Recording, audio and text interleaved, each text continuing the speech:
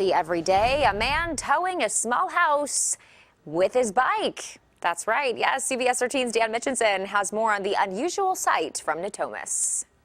Well, good afternoon. It's not something that you normally see, but one of our colleagues just a short time ago saw a man along I-80 here in Natomas riding his bike, and behind him was attached what looked to be a small house. So we got to talking and met with Ike, who didn't want his last name used, but he used to own his own business for about 10 years in a car.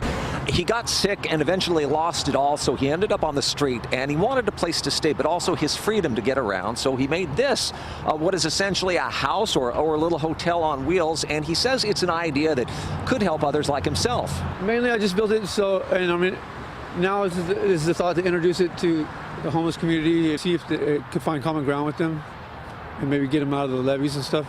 You get all kinds of reactions, mostly happy ones. It's basically real simple. It's just baling wire, box spring mattresses, and 2 pallets and 3 2x4s. Now, Ike just got a phone. He wouldn't share his phone number with us, but he says you can find him in this area, usually ministering around the in and out that's here in Natomas, and he hopes somehow, through a miracle, maybe somebody will pick up on an idea like this and donate the bikes or the materials and be able to build more of these, because he says he's built 3, 4, maybe up to a dozen of these for other people, and there has been an interest in this. So it'll be a way for those who don't have a shelter over their head to have a place to stay and also to get around. And we said on a day like today where we've had the wind and the sun, that's great, but what about when you get into the elements like wind? And he said absolutely, the material he uses around it, he says it's strong enough that if you point a hose at it and you squirt the water around it, he says it stays absolutely dry inside. So it's definitely a different invention. It's something that not a lot of people see, but I'm sure a lot of people that did see it around here today are still talking about it. We'll send it back to you.